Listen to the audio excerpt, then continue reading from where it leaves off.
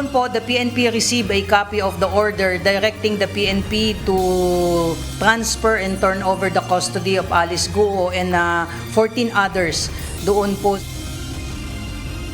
Dismiss Banban Mayor Alice Guo at 14 na iba pa ipinaaresto ng Pasig Regional Trial Court sa kasong qualified human trafficking. Dating alkalde ipinalilipat ng kulungan. Dating Mayor Jed Mabilog bumalik ng Iloilo City para sa kanyang kaarawan. Actually, nagpadala ng ating Coast Guard pero because of the weather, kailangan mag-shelter muna. No? Tuloy-tuloy yan as soon as mag-improve yung weather. Barkong kapalit ng BRP Teresa Magbanwa sa Skoda Shoal, bahagyang naantala dahil sa sama ng panahon. Taas presyo sa mga pangunahing bilihin, hindi napapanahon ayon sa Department of Trade and Industry.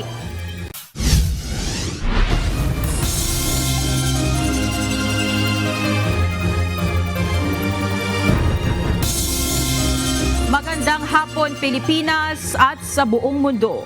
Tayo po ay sabayang napapakinggan sa Radyo La Verdad 1350 ang UNTV Radio. Una sa ating mga balita.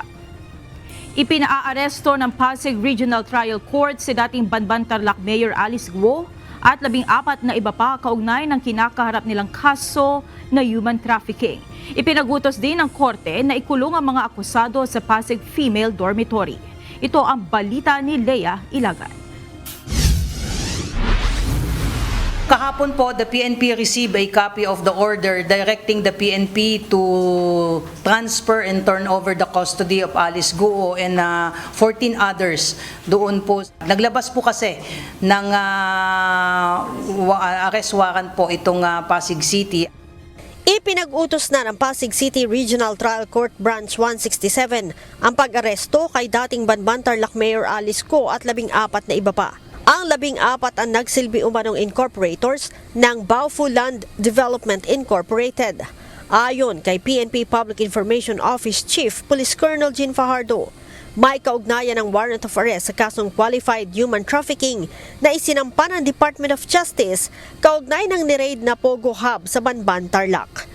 Ito po yung kaso na qualified human trafficking. This is a non-bailable offense po. So hindi lamang po si Alice Guo yung sinampahan po ng kaso. Base po dito sa hawak ko po na order ay si Alice Guo and 14 others po. So may utos po ngayon ang RTC Pasig po para ilipat po si Alice Guo sa Pasig Female Dormitory po. Kasunod nito, ipinag-utos din ng korte na ilipat si Guo sa Pasig City Jail Female Dormitory mula sa PNP Custodial Center. Sinabi ni Colonel Fajardo na susundin ng PNP ang court order. We will honor this court order po. So as soon as matapos po itong arraignment niya po na nakaschedule ay susundin po natin itong order sa atin na na-receive ng PNP yesterday po.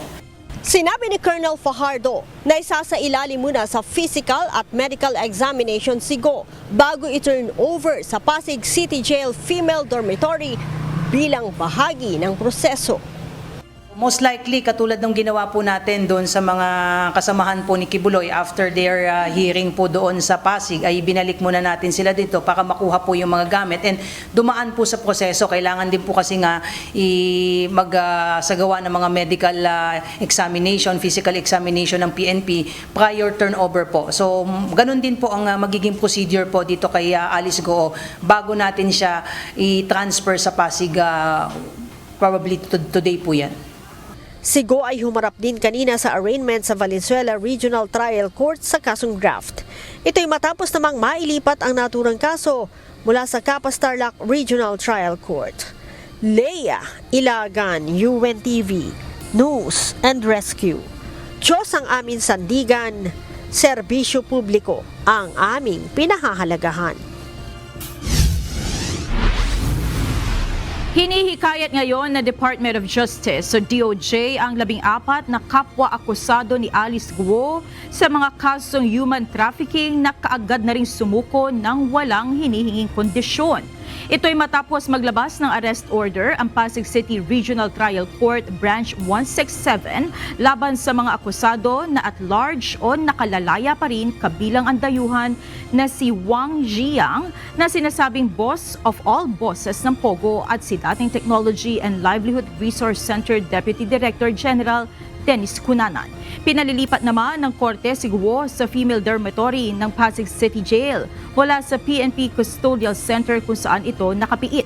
Habang ang isa pang akusado na si Walter Wong Long ay pinalilipat din sa Pasig City Jail mula naman sa Tarlac Provincial Jail kung saan ito nakakulong.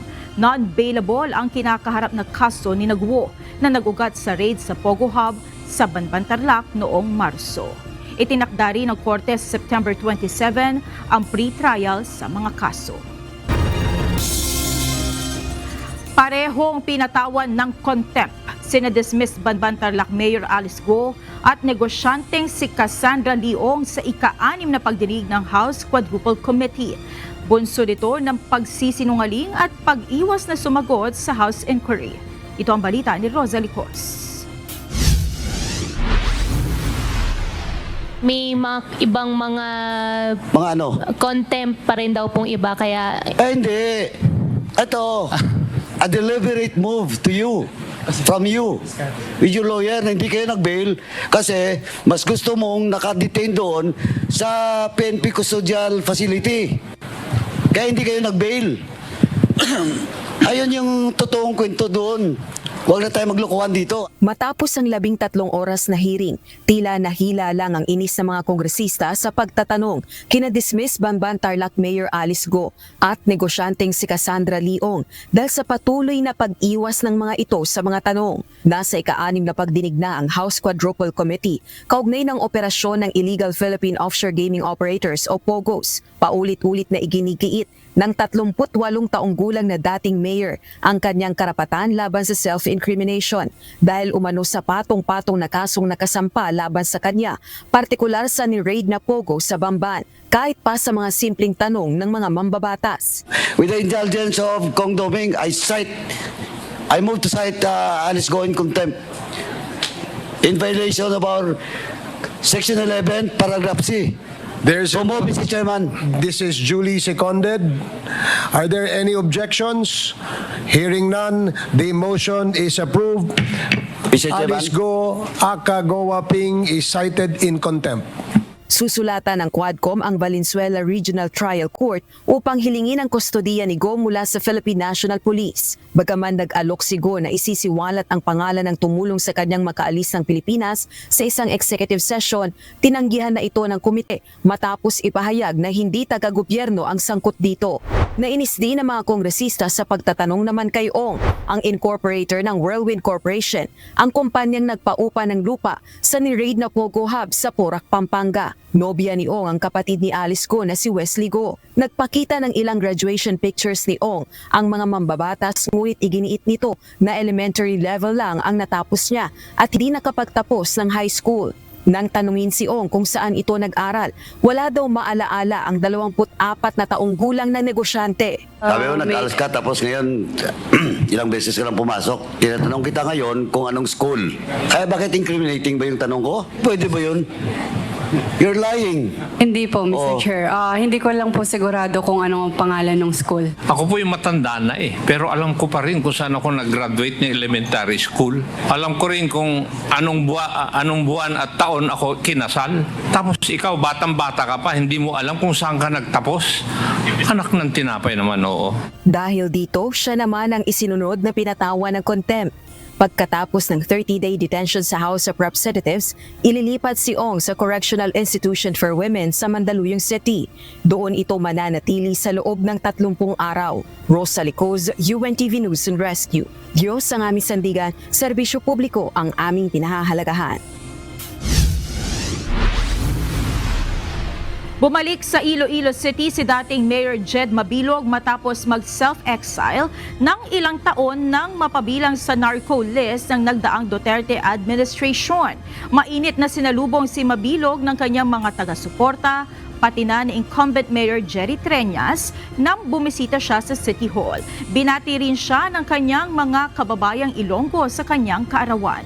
Nagpasalamat naman si Mabilog sa lahat ng mga taong tumulong para makauwi siya sa Pilipinas. Si Mabilog ay umalis ng bansa sa kasagsagan ng Duterte drug war matapos siyang mabansagang narco-politician o yung mga politiko na sangkot umano sa illegal drug trade.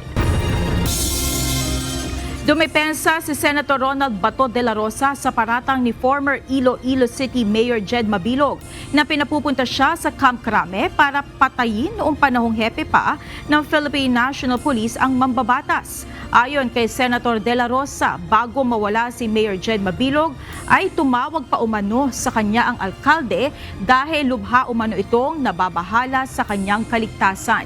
Hinikayat pa umano niya ito na pumunta sa Campo Crame upang maprotektahan nito. Ayon kay Senador de la Rosa, hindi kapani-paniwala kung sasabihin ni Mabilog na pinapupunta niya ang dating alkalde sa Camp Crame para lamang patayin.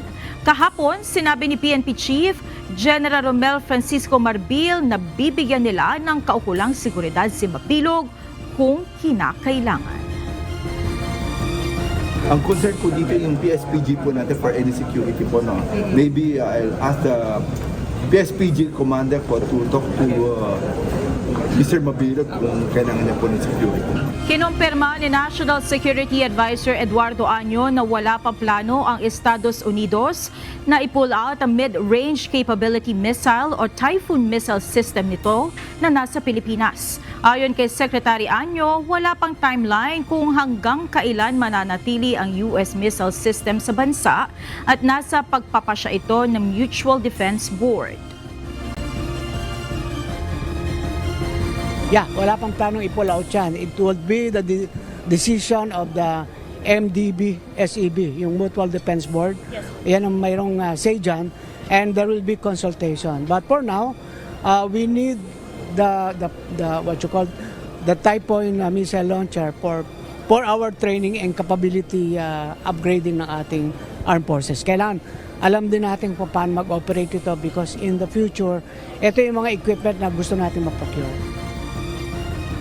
Ipinadala ng US ang missile launcher nito sa Pilipinas nang magsagawa ng balikatan exercises ang armed forces ngayong taon. Una nang inalmahan ng China ang deployment ng Natura missile system na anila ay magpapaigting lamang sa tensyon sa rehiyon. Ngunit giit ni Secretary Año, may sariling foreign policy ang Pilipinas at hindi ito pwedeng diktahan ng ibang bansa.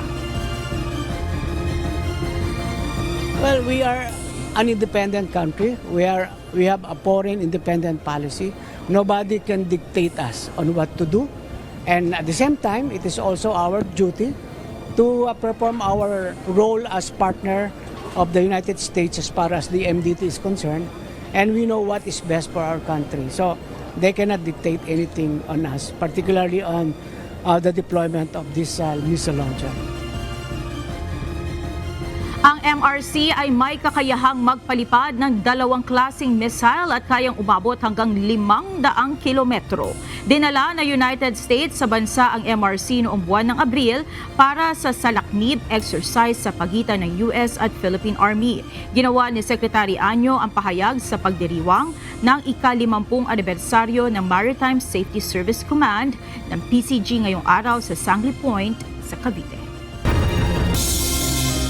Tiniyak ni National Security Advisor Eduardo Año na may kapalit na ang BRP Teresa Magbanwa sa pagbabantay sa pinag-aagawang Escoda o Sabina Shoal at sa iba pang teritoryo sa West Philippine Sea. Gayunman, nagkanlong muna ito sa ibang lugar dahil sa sama ng panahon, kaya sinuspindi muna ang kanilang patrol operations. Ito ang balita ni Raya Lacanlale. Actually, nagpadala na yung ating Coast Guard pero because of the weather, kailangan mag-shelter muna, no? Naka-shelter. Yeah, so tuloy-tuloy yan. As soon as mag-improve yung weather, may mga plano yung ating Philippine Coast Guard kung paano poproteksyonan ang ating West Philippine Sea. Naantala ang pagpapatrolya ng barko ng Philippine Coast Guard na ipinadala sa Sabina o Escoda Shoal dahil sa masamang lagay ng panahon. Ayon kay National Security Advisor Secretary Eduardo Anyo, nananatili ang presensya ng mga barko ng Pilipinas sa West Philippine Sea sa gitna ng mga agresibong aksyon ng China sa mga inaangkin nilang bahura. Pagtitiyak ni Secretary Anyo, agad itutuloy ng mga barko ng Pilipinas ang kanilang misyon kapag bumuti na ang lagay ng panahon. Our mandate is to make sure that we are protecting our territorial integrity, sovereignty, and sovereign rights. So, tuloy-tuloy yan.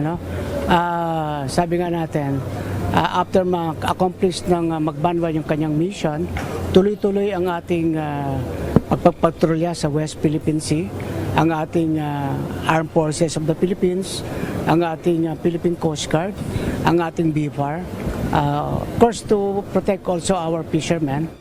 September 15, umalis sa Escoda Shoal ang BRP Teresa Magbanwa matapos ang 5 buwang pag-angkla sa lugar. Ayon sa PCG, napilitan silang mag-pull out sa kabila ng presensya ng Chinese vessel doon dahil nagkakasakit na ang mga crew. Naubusan na sila ng supply at masama ang panahon sa lugar. Dagdag pa ang tinamong pinsala ng BRP Teresa Magbanwa nang banggain ito ng mga Chinese noong August 31. Ayon kay Secretary Anyo, may kapalit na ang BRP Teresa Magbanwa para magbantay sa Escoda. Ngunit nakadependihan niya sa sitwasyon kung hihimpil doon ang barko. Naniniwala rin ang kalihim na malayong matulad ang Escoda Shoal sa naging sitwasyon sa Bajo de Masinloc noong 2012 nang mangyari ang standoff sa pagitan ng Pilipinas at China. Aniya, mas maayos na ngayon ang linya ng komunikasyon ng dalawang bansa kumpara noon na nakialam pa sa sitwasyon ng Chinese Navy at nabulabog maging ang mga gobyerno ng dalawang bansa.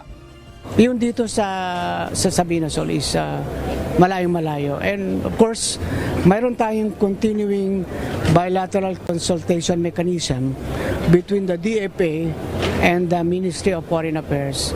At ang maganda nito, nag-uusap, no? At mayroon parehong intention to arrive at a common understanding to diffuse the tension.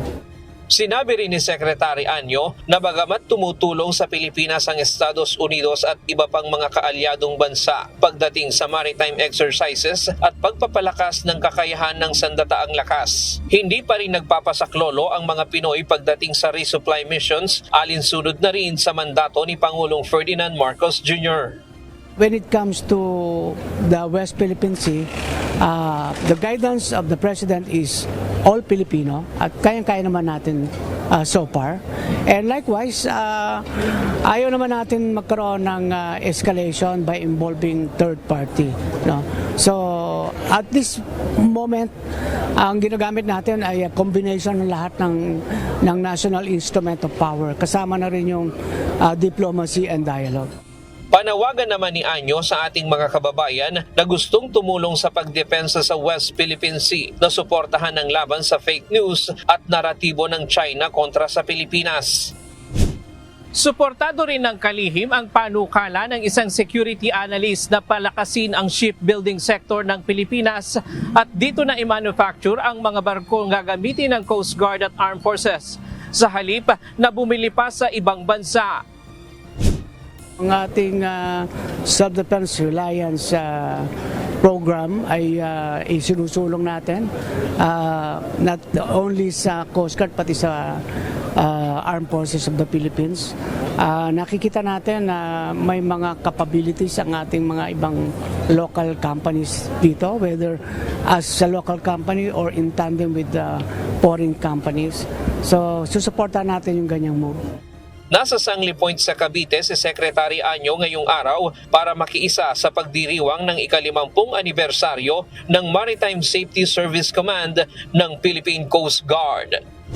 Ryan Lacanlale, UNTV News and Rescue. Diyos ang aming sandigan, serbisyo publiko ang aming pinahahalagahan. Nag-courtesy call kay Pangulong Ferdinand Marcos Jr. sa Malacanang kanina ang President-elect ng Indonesia na si Prabowo Subianto. Ayon sa incoming Indonesian President, isa ng tradisyon sa Asian countries ang pagbibigay respeto sa mga itinuturing na kaibigan. Kaya naman bago ang inaugurasyon ni Subianto sa Oktubre, binisita muna niya ang Pilipinas. Kapwa nagpahayag ng kumpiyansa na lalong mapapatatag ang relasyon ng Pilipinas at Indonesia sina Pangulong Marcos at Indonesian President-elect Subianto. I think your visit here today will certainly bring a new impetus to making that relationship between Indonesia and the Philippines stronger and deeper. It behooves us, I think, to always support each other and to work together closely in all fields.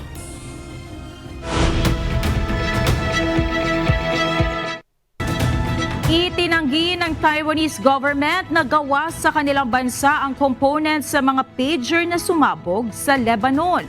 Ayon kay Taiwan Economy Minister Hu Ji-wei, magsasagawa na rin sila ng investigasyon sa naturang issue. Sinabi naman ni Foreign Minister Lin Chi-jung na nais din naman nilang malaman ang katotohanan dito dahil hindi naman umano sila nag-e-export ng partikular na model ng pager na ginamit ng Hezbollah. Maglulunsad ng strike ang mga nurse at midwife sa New South Wales sa Martes, September 24. 24 na oras at titigil sa trabaho ang mga ito para iprotesta ang hindi pagpasa sa kanilang hinihinging 3% pay increase. Ayon sa Union ng mga nurse at midwife, pilit nilang iniiwasan ng ganitong hakbang ngunit wala naman silang nakikitang indikasyon na pinagtutuunan sila ng pansin ng pamahalaan.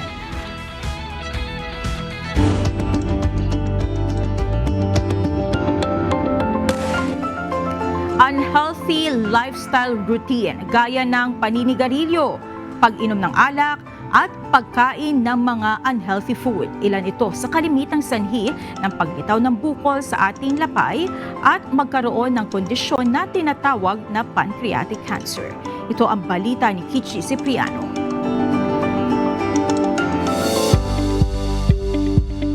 Ang pancreatic cancer ay sakit na kung saan nagkakabukol ang lapay ng isang tao. Dahilan upang hindi na nito magawa ng maayos ang pagtunaw ng mga pagkain at pag-regulate ng blood sugar na nagiging sanhi ng marami pang komplikasyon. Well, usually ang lapay kapag nagkakaroon ng bukol, ang most common na mga symptoms nito is mga sintomas ng bara. No? Kasi common din na nasa ulo ng lapay o yung pancreatic head, doon nagsisimula yung cancer. Yung ulo ng lapay natin, malapit yun doon sa bile duct natin, malapit din yun sa duodenum, which is yung unang bahagi ng bituka natin. So usually kapag nagkakaroon na ng symptoms ang lapay, ang cancer ng lapay, usually obstructed. So it's either naninilaw yung balat o yung tinatawag nating jaundice, pwede rin magkulay siya ang ating ihi, tapos yung dumi natin na parang nagiging maputi. No? Pwede rin silang mangate, and then common din ang nagkakaroon sila ng abdominal pain. Ayon kay Dr. Angela Marichang, isang gastroenterologist sa Makati Medical Center, mayroong mga treatment option para dito. Ngunit may pagkakataon rin na mahirap ng lunasan ng pasyente kung sakaling malaki na ang bukol. Yun din yung reason kung bakit. Kasi by the time meron ka ng sintomas, dahil yun sa kumalat na siya. Or masyado na malaki yung bukol.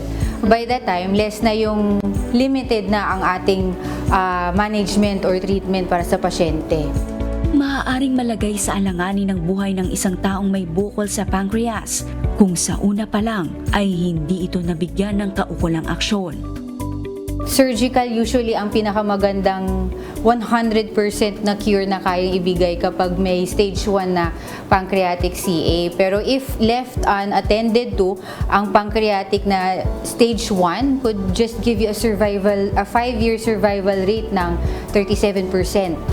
Okay? So kailangan talagang maging aktibo sa pag-manage ng pancreatic cancer, lalo na kung maaga po itong nakukuha.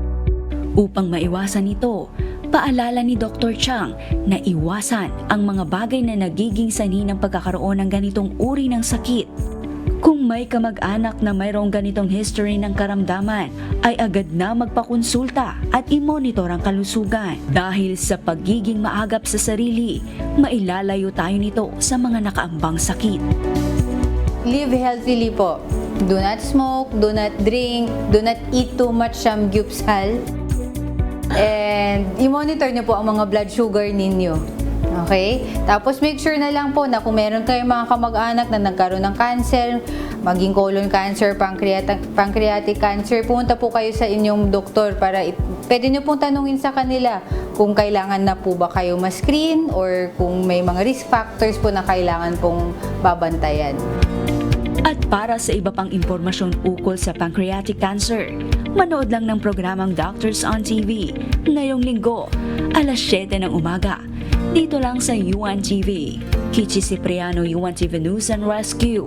Diyos ang aming sandigan, serbisyo publiko ang aming pinahalagahan. Naayos na ang nabutas sa primary pipe ng Maynilad sa Tondo, Manila, kaya mamayang gabi ay maibabalik na ang supply ng tubig sa may 300,000 consumers. Pagbabayari naman ng danyos ng Maynilad ang kontraktor ng MMDA na nakasira sa naturang tubo. Ito ang balita ni JP Nunez. Wala, tigil yung hanap buhay namin. Wala kaming kita. Dahil wala kaming tubig eh. Siyempre, yun ang kailangan namin, pangugas. Pagka wala kang pangugas, di ka makakapagano ng car wash. Apektado ng nabutas na tubo ng Maynilad sa kanto ng Delpan at Recto Avenue ang car wash business ni Charis. Dahil nawala ng supply ng tubig kagabi ni hindi siya makapuno ng drum kaya wala ring customer na makapaglinis ng sasakyan o motorsiklo. Mahirap din mag-igib kasi dahil maraming tubig ang kailangan mo para sa mga motor. Sa isang motor lang, kailangan namin mga 2 container. Para kay Charis, malaking abala ito dahil nawalan na sila ng 700 pesos na pwede niya sanang kitain. Ayon sa Maynilad, 2 butas ang nakita nila sa nasirang tubo. 2 beses umano itong natamaan ng backhoe ng third-party contractor ng Metropolitan Manila Development Authority o MMDA. Dahil primary pipe ito na may diameter na 2.2 meters, malaking bahagi ng Metro Manila at umabot pa hanggang Cavite ang naapektuhan. Kabilang ang mga syudad sa southern part ng Metro Manila at mga munisipalidad sa Cavite. Kung susumahin, nasa higit 300,000 na consumers ng Maynilad ang nawala ng supply ng tubig simula pa kahapon. Andito yung tubo ng Maynilad na nabutas. Kaninang umaga ay naiayos na yan at napadadaluyan na ulit ng tubig. Ayon sa Maynilad, mamayang alas 8 ng gabi ay inaasahang maibabalik na ulit ang normal na supply ng tubig sa lahat ng mga naapektuhang consumer. Yung original namin na estimate at in-announce yesterday na 10 p.m. pa mamaya yung resumption, nakikita natin na mas maaga. So as of 8 p.m., fully normalized na yan yung network throughout sa lahat ng na-affect na areas or earlier. Samantala ayon sa Maynilad, pagbabayarin nila ng danyos ang kontraktor ng MMDA. Nakikipag-coordinate na kami para ma-ensure po na ma-cover yung cost ng damaged pipe. Ang payo ng Maynilad sa mga consumer, kapag bumalik na ang tubig at nagkaroon ng discoloration, patuluin lang ito hanggang sa luminaw. Pero dapat din itong sahurin upang hindi masayang dahil magagamit din naman ito sa non-drinking purposes gaya ng panghugas at pambuhos. JP Nunez, UNTV, News and Rescue.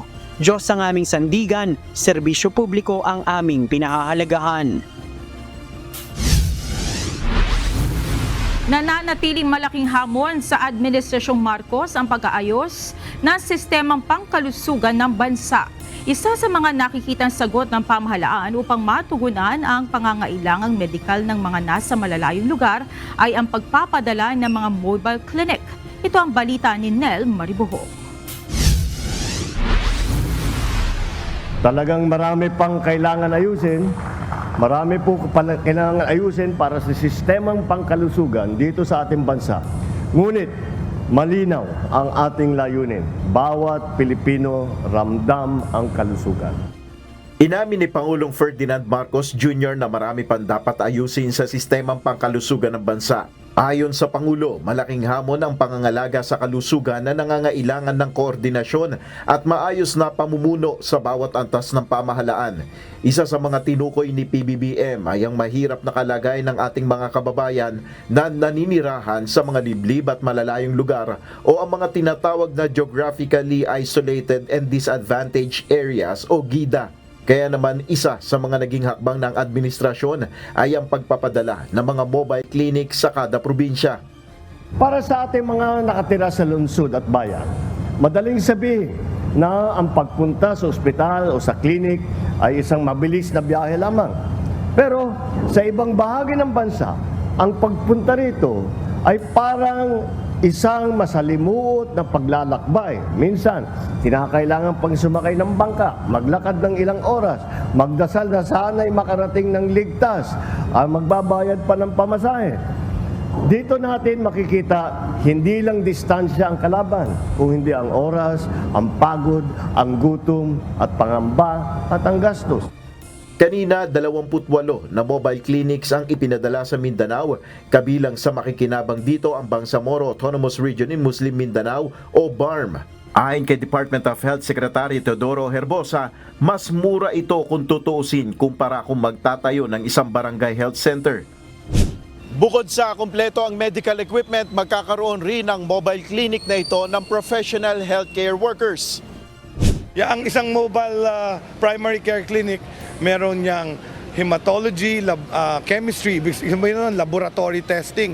Meron din siyang ECG, meron din siyang X-ray, at merong ultrasound. At meron din sariling genset. At meron ding refrigeration para dun sa bakuna pag magbabakuna ka. Dahil sa panibagong deployment na ito, ayon sa kalihim, ang lahat ng 82 provinces ng bansa ay mayroon ng tigi-isang mobile clinic. Nel Maribuhok, UNTV News and Rescue, Diyos ang aming sandigan, serbisyo publiko ang aming pinahalagahan. Muling magsasagawa ng transport strike ang piston sa Lunes, September 23 hanggang 24. Ito ay para tutulan pa rin ang ipinatutupad na Public Transport Modernization Program.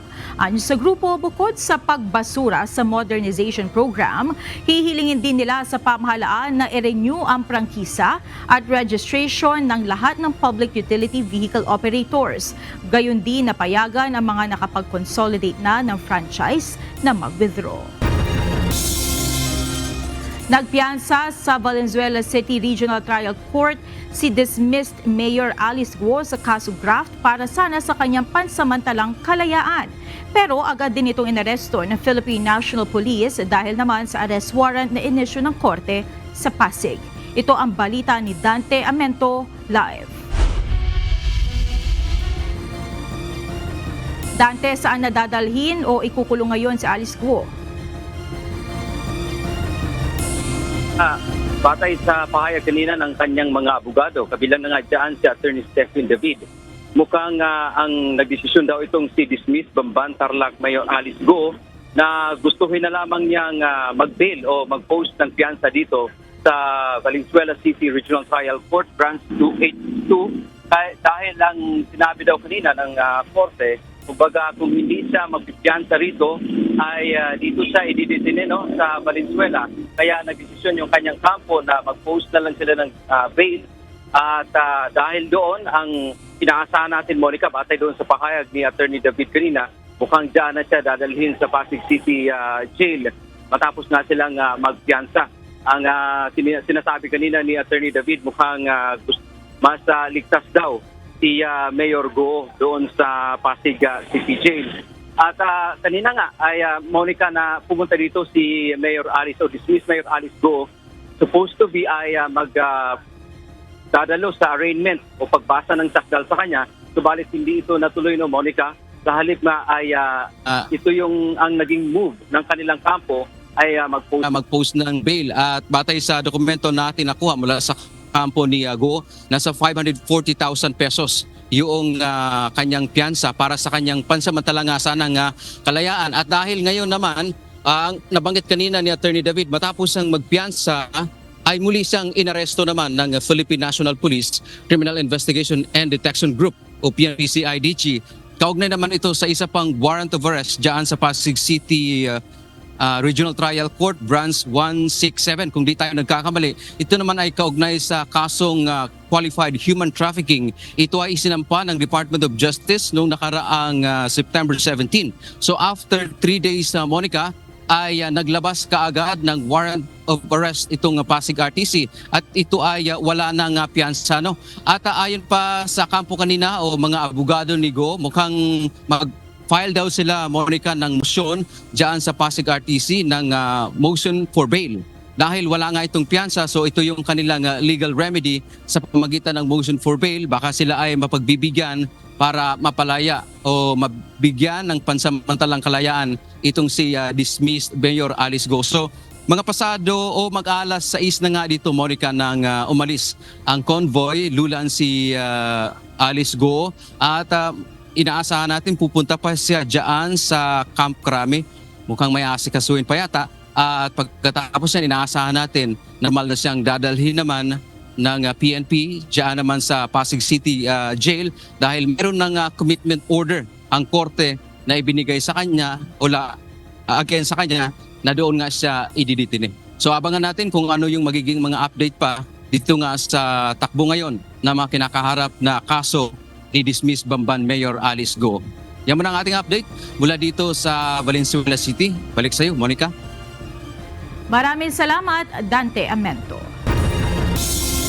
2 araw bago matapos ang price freeze na ipinatutupad ng Department of Trade and Industry dahil sa deklarasyon ng state of calamity sa National Capital Region, nag-inspeksyon ng DTI sa ilang pamilihan sa Cubao, Quezon City. Siniguro naman ang kagawaran na sa kasalukuyan ay wala pang nakaabang na paggalaw o pagtaas ng presyo sa mga susunod na araw. Ito ang balita ni Jed Neresina. But for the prices of commodities, we really need to study that kasi masyadong sensitive yan eh. So maraming maapektuhan ng consumers. Hindi napapanahon. Ito ang binigyang diin ng Department of Trade and Industry nang tanungin kaugnay sa posibleng paggalaw ng presyo ng mga pangunahing bilihin sa merkado. Ayon kay DTI Acting Secretary Maria Cristina Roque, may mga lumalapit na sa kanilang opisina kaugnay sa hiling na dagdagan ang presyo ng ilang produkto sa merkado. On the manufacturing side, they're always asking for for price increase kasi of course sasabihin nila tumataas yung presyo, dati mataas yung US dollar, tapos mahalang mga ingredients, yeah. So those are always in our thoughts. So those are always the things that we discuss. Although for now, wala pa talagang price increase, wala pa talagang changes in anything for at the moment. Kaugnay nito, tiniyak ni Acting Secretary Roque na kada linggo ay mayroon silang ginagawang price at supply monitoring sa supermarkets at groceries sa Metro Manila. Meron actually kaming pinapadala ng mga tao to constantly check on the prices kasi we need to give the consumers yung presyo na yung tama para sa kanila. Hindi pwede ma-overprice sila. So, meron talagang nag-check. Ayon sa DTI, sa susunod na mga araw, inaasahan ng mas maigting nilang monitoring pagdating naman sa holiday items o ang kadalasang mga binibili tuwing sasapit ang holiday season. Kaya ang mamimili na si Janine Santelices, nagpaplano na ng kanyang gagawing pagbabudget sa darating na holiday season.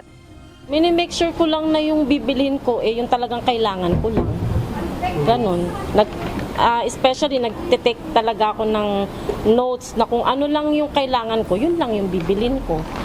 Kung may extra, yun, pwede akong bumili ng extra. Pero hanggat maaari, kung ano lang yung nakalista ko, yun lang yung bibilin ko. Dagdag pa rito, mas pinipili niya ang mga produkto na may mas mababang presyo upang mas lalong makatipid ng pera. Siniguro naman ng DTI na kung may paggalaw ng presyo sa mga pangunahing bilihin, ay agad nila naman itong ipaalam sa publiko. Jed Neresina, UNTV News and Rescue. Diyos sa aming sandigan, serbisyo publiko ang aming pinahahalagahan. Mag-i-inspeksyon ng Department of Agriculture sa pamamagitan ng Bureau of Plant Industries sa Manila International Container Port upang tingnan ang toneladang bigas na nakatenga sa pantalan. Ayon kay DA spokesperson, Assistant Secretary Arnel de Mesa, ipinamamadali na ni Secretary Francisco Tiu Laurel ang pagpapalabas sa mga ito upang mapakinabangan at huwag makaapekto sa food security sa bansa. Sa ulat ng Philippine Ports Authority, tinatayang nasa 20,000 metric tons o mahigit 20 million kilos ng bigas ang nasa loob ng nasa halos 1,000 container van sa pantalan. Nagpasalamat naman si Assistant Secretary de Mesa sa pagkilos ng PPA para maaksyonan ang mga nakaimbak na bigas. Ang ginagawa kasi daw, apparently nitong mga consignee na ito, they want to wait para mas mataas ang presyo ng bigas para lalong lumaki yung kita nila. So hindi tama yon, and that may constitute sa hoarding. At alam natin na pag hindi ito nailabas, pwede tayo rin magkaproblema doon sa tinatawag natin na food supply natin. Ngayon ay pupunta rin yung ating Bureau of Plant Industry para buksan ng ilang container vans para makita. Kasi concerned din kami sa food safety. Baka mamaya yung mga na doon may problema na kung lalo na yung matagal na na-imbak doon sa ating mga pantalan. Hindi maglalandfall at lalabas na ng Philippine Area of Responsibility sa linggo ang bagyong Igme.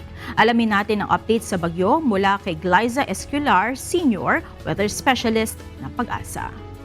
Para po sa update sa bagyong Igme na nabuo po alas 2 po kaninang hapon, ang update po na ito ay mula sa ating ipinalabas na bulletin kaninang alas 5 ng hapon. So ang low pressure area po, silangan po ng extreme northern Luzon ay isa ng ganap na bagyo at tinawag po natin itong bagyong Igme. Huli pong namataan ito sa layong 530 km, silangan, hilagang silangan ng Itbayat, Batanes. Taglay po ang lakas na hangin na 55 km per hour malapit sa gitna at pagbugsong umaabot naman po hanggang 70 km per hour. Ang bagyong Igme po ay inaasahan po nating kikilos pahilagang kanluran sa bilis na 15 km per hour. Ito po ang kanyang track at inaasahan po natin na hanggang Sunday po ng umaga ay patuloy nakikilos ito pakanluran, hilagang kanluran. Inaasahan naman pong mag-e-exit po ito ng Philippine Area of Responsibility ng linggo at inaasahan din pong paglabas po ng Philippine Area of Responsibility ay hihina na rin po ito bilang low pressure area. Sa ngayon po ay nakataas po ang Tropical Cyclone Signal number 1 dito lamang po sa Batanes o sa lalawigan po ng Batanes. So isang probinsya lang po ang area kung saan po nakataas po ang ating wind signal.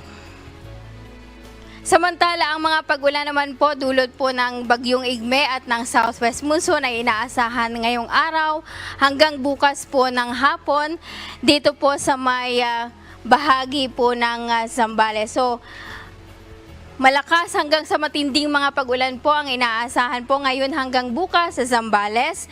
Samantala katamtaman hanggang sa kung minsan ay malalakas na mga pag-ulan naman sa Ilocos Region, Babuyan Islands at Bataan. Samantala po, dahil naman po sa habagat pa rin po ay inaasahan po na magiging katamtaman hanggang sa malakas din po ang mga pag-ulan dito po sa Pangasinan, dito po sa Zambales at Bataan, simula bukas po ng hapon hanggang sa linggo po ng hapon. Samantala, yung direktang epekto naman po ng ulan na dala po ng bagyong Igme, naasahan po na magbibigay na ng katamtaman hanggang sa kung minsan ay malakas na pag-ulan dito po sa may Batanes. Samantala, bukas naman po ng hapon hanggang sa linggo po ng hapon ay inaasahan na malakas hanggang sa mga matitinding mga pag-ulan ang inaasahan po sa Batanes pa rin at katamtaman hanggang sa kung minsan ay malalakas na mga pag-ulan naman po dito sa Cagayan, kasama na po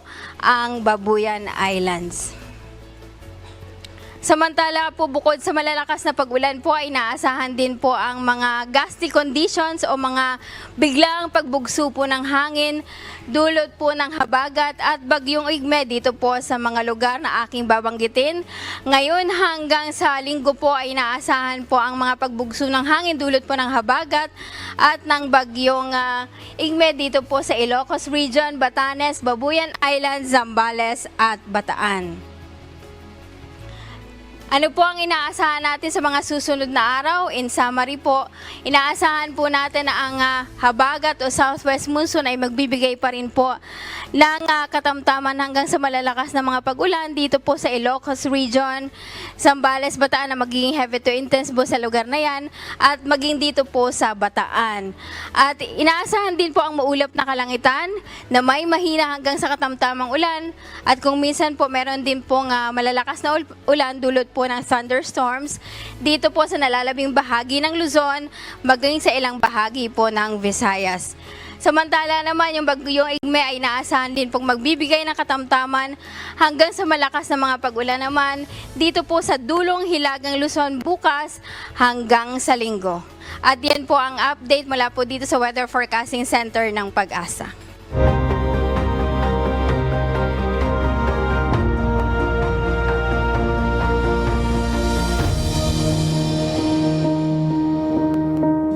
Mapabibilis na ang collaboration sa pagitan ng Baguio City LGU, Baguio City Police Office at ng Members Church of God International. Kasunod ito ng pagsasagawa ng MOA at MOU signing para sa epesyenteng pagbibigay ng serbisyo publiko sa mga nangangailangan sa City of Pines. Ito ang balita ni Grace Doctolero.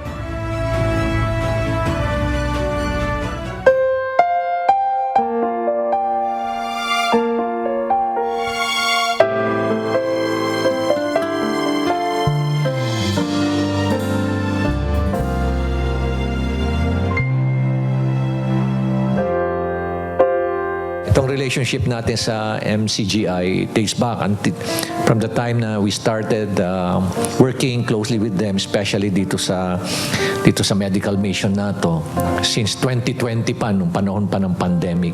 Noong una hindi pa ganoon katindi yung pakikipag-ugnayan natin sa kanila, pero nung tuloy-tuloy every October pa lang nagpaplano na kami for the following year, Kaya mas marami silang natutulungan ngayon ng mga communities sa buong syudad ng Baguio. At hindi lang sila dito sa Baguio, maabot pa sila hanggang Itugon at ibang lugar pa ng Benguet. Kaya tayo po yung nagpapasalamat sa Diyos at meron po tayong MCGI at nandito po si Brother Daniel. Mula nang nakilala ko po sa munisipyo ng Itugon, ang dami po silang naitulong. Kaya sinasabi ni Kuya Sir Rason kanina, yung ambulance po na binigay sa amin, yan po, existing po. Ginagamit po sa pahatid sundo po sa mga kidney patient po sa dialysis center po ng Itugon. At saka hindi lang po yan, marami pong binigay po sa amin sa Itugon. Lahat po ng barangay ko ay nagbigay sila ng medical mission. Yung ibang barangay, 2 bisis, may 3 yata pa.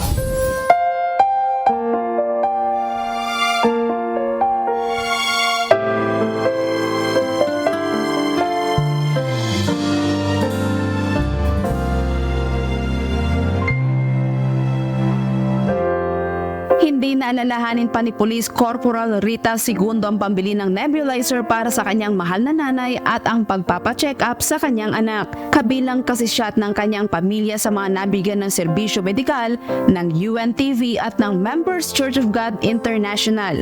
Ayon kay Police Corporal Segundo, malaking tulong sa gaya nilang mga pulis na nabibigyang pansin ang kanilang pangangailangan. Bilang pulis, napakalaking tulong po talaga ito sa amin, lalo na yung mga dependents namin na nangangailangan sa financially talagang natutulong, lalo na sa mga nebulizer, mga wheelchair na yan. Malaking tulong po talaga sa amin. Maging si Mang Andrew, malaking tulong daw ang tungkod na ipinagkaloob sa kanya, lalo at hirap siya sa paglalakad. Dito inarami dahil okay, very good. ado matulungan ti kada kami nga kasto pilpila even okay, I am very glad nga damot dito nga ti remote dito intenda nga Ken.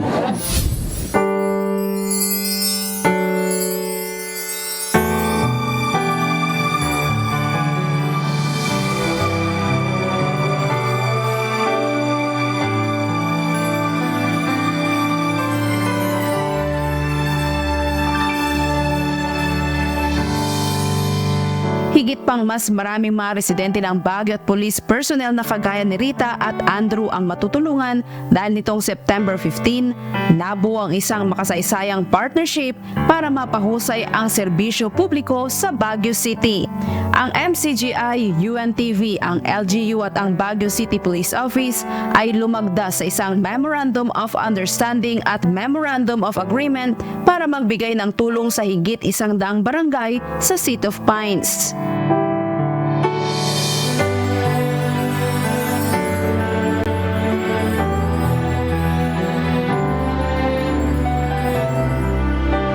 At least ngayon, alam na namin kung anong role talaga namin. Alam na rin ang role ng Philippine National Police. At iba talaga pag na-formalize yung collaboration. Mas madali ang mga permits, mas mapapadali yung paggamit din ng mga facilities, mas mapapadali rin yung paggamit ng aming mga kung ano yung mga tulong o assistance. Nagkakaroon ng sistema. Despite na ginagawa naman natin dati, hindi na masyadong nahihirapan sa mga coordinations, sa mga pagtawag, na-establish na natin na-streamline yung mga activities both from the Baguio City Police Office and the MCGI and UNTV. Layunin ng aktibidad na mapalawig at mapaigting pang pagtutulungan o collaboration ng lokal na pamahalaan, pulisya, UNTV at ng MCGI upang maabot ang mas maraming pagkaawang gawa at mapalakas ang pagbibigay ng serbisyo publiko lalo na sa mga higit na nangangailangan.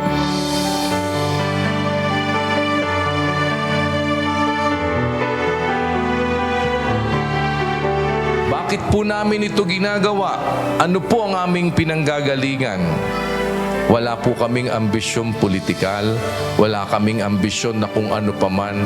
Ang ambisyon po namin sa buhay, sa tulong at awa ng Panginoon, ay makarating doon sa buhay na walang hanggan. Kaya po, ito ang aming pinagsisikapan. Sa tulong at awa ng Diyos, amin ding ipagpapatuloy. Pinasimulan nito noon pa ni Brother Eli Soriano.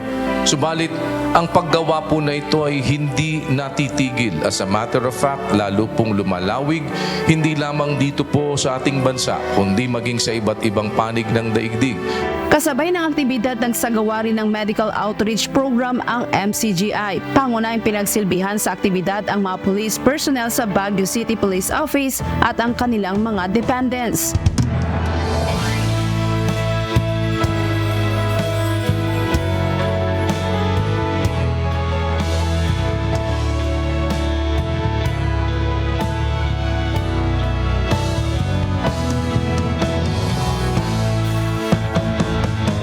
Aabot sa higit 2,500 benepisyaryo ang napagkalooban ng serbisyo gaya ng free medical consultation, libreng gamot, optical, dental, physical therapy, acupuncture, haircut, free store, feeding activity at maging ng libreng legal consultation. Bukod dito, nabigay rin ng medical equipments ang MCGI gaya ng nebulizer, wheelchair, tungkod at relief goods. 322 pairs naman na rin boots ang ipinagkaloob sa mga field personnel ng BCPO na magagamit nila sa pagsiservisyo sa kanilang pang-araw-araw na pagsisilbi. Ang araw ay nagwakas sa diwa ng pagkakaisa at pag-asa na nagpapaalala sa lahat ng naroon sa pamamagitan ng pagtutulungan at pakikiramay. Maaari nilang harapin ang mga hamon at lumikha ng mas maliwanag na kinabukasan para sa lahat.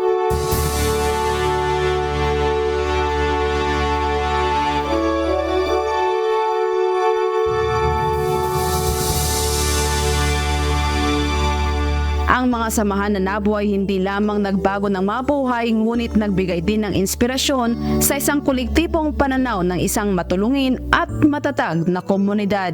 Sa ngalan po ng Siyudad ng Baguio at ang ating pong gobyernong lokal ng Siyudad ng Baguio, kami po ay taus-pusong nagpapasalamat. Unang-una po sa ating Panginoon, salamat sa Diyos. Yan po ang aking natutunan sa MCGI. Sa tuloy-tuloy na pagbibigay po nyo ng serbisyo sa Siyudad ng Baguio, sa amin pong mga residente, sa ating pong mga sinasakupan. Dahil po hindi lang ito sa pagpapalaganap ng salita ng ating o banal na salita ng ating Panginoon, kundi rin po sa inyong tulong para maapaayos, lalo po sa mga nangangailangan, maayos po yung kanilang mga kabuhayan. Alam niyo, Brother Daniel, isa lang po masasabi ko sa mga miyembro ng MCGI. Napaka-sincere po nila. Napakasipag nila. At higit sa lahat, mapagkumbaba.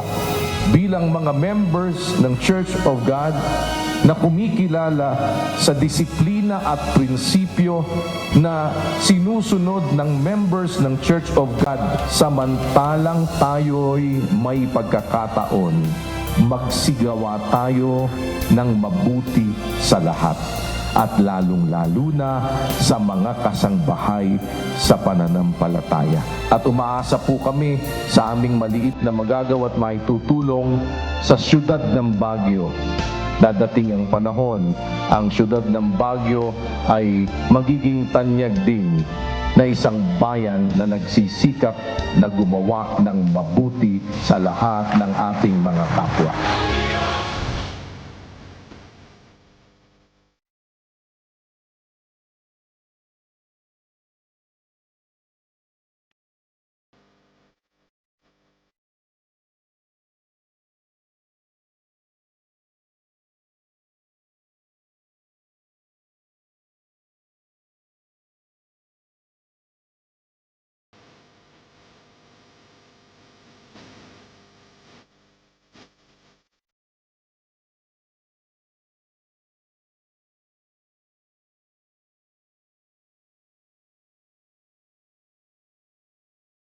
Grace Doctolero, UNTV News and Rescue. Diyos ang aming sandigan, serbisyo publiko ang aming pinahahalagahan.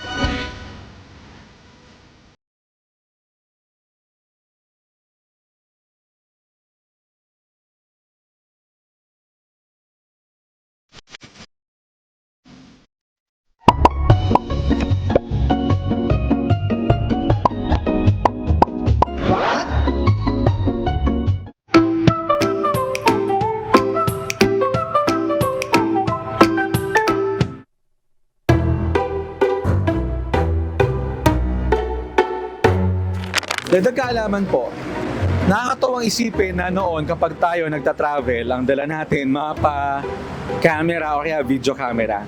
Pero ngayon, pag nagta-travel tayo, ang bitbit natin, isang cellphone na lamang. Kaya lang ang nakakabahala, kahit kamakailan lamang nauso yung mga selfie travel, tumataas po ang bilang ng mga na-aksidente dahil sa pagkuha ng mga selfie. Yes po, tumataas po ang bilang ng mga namamatay dahil sa pagkuha ng selfie. At ayon sa isang pag-aaral ay nasa mahigit 500 na nga po ito. At ang pinakahuli ay ang 23 years old na Czech gymnast. Kamakailan natagpuan ang katawan ng sikat na Czech gymnast na si Natalie Stichova matapos mahulog ng 262 feet mula sa Tegelberg Mountain sa Germany. Ayon sa mga investigador, nasa lugar siya upang bumisita sa isang kastilyo at kumuha ng selfie na nagresulta sa kanyang pagkahulog. Ayon sa isang artikulo sa Journal of Medical Internet Research, itinuturing na itong isang public health issue.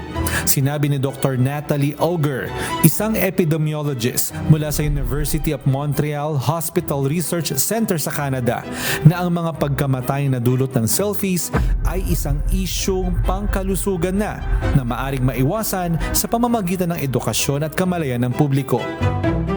Noong noong 2017, iniulat na ang India ang may pinakamaraming naitalang selfie-related deaths. Kasunod ang Russia, US at Pakistan.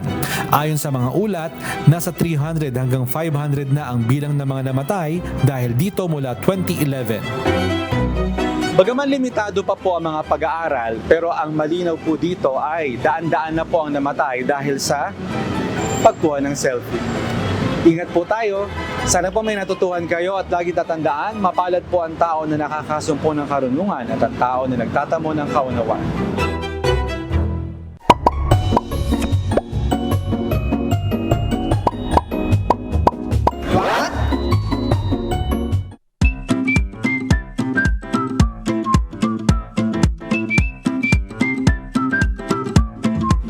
Narito naman ang ating mga naging kausi ngayong araw ng Biyernes. Maraming salamat po at shout out kina Sheila Nieto, Ambi Bartolo, Herminiano Boscano, Ami Kabakungan, Emily Basu at Isiderio Joel. Maraming salamat po sa lahat ng ating naging kausi ngayong linggo at happy weekend po sa ating mga kasangbahay.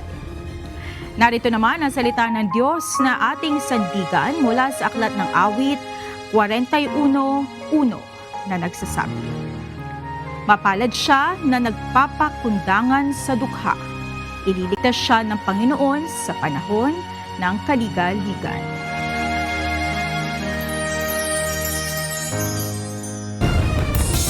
At yan ang naging kabuuan ng ating balitaan ngayong gabi. Aming inilahad ng buong katapatan kung paano namin nasaksihan. Kayo'y makapagtitiwala na ang aming nakita at narinig ang aming ibinabalita. At dito po sa UNTV, Diyos ang aming sandigan, serbisyo publiko ang aming pinahahalagahan. Magandang gabi.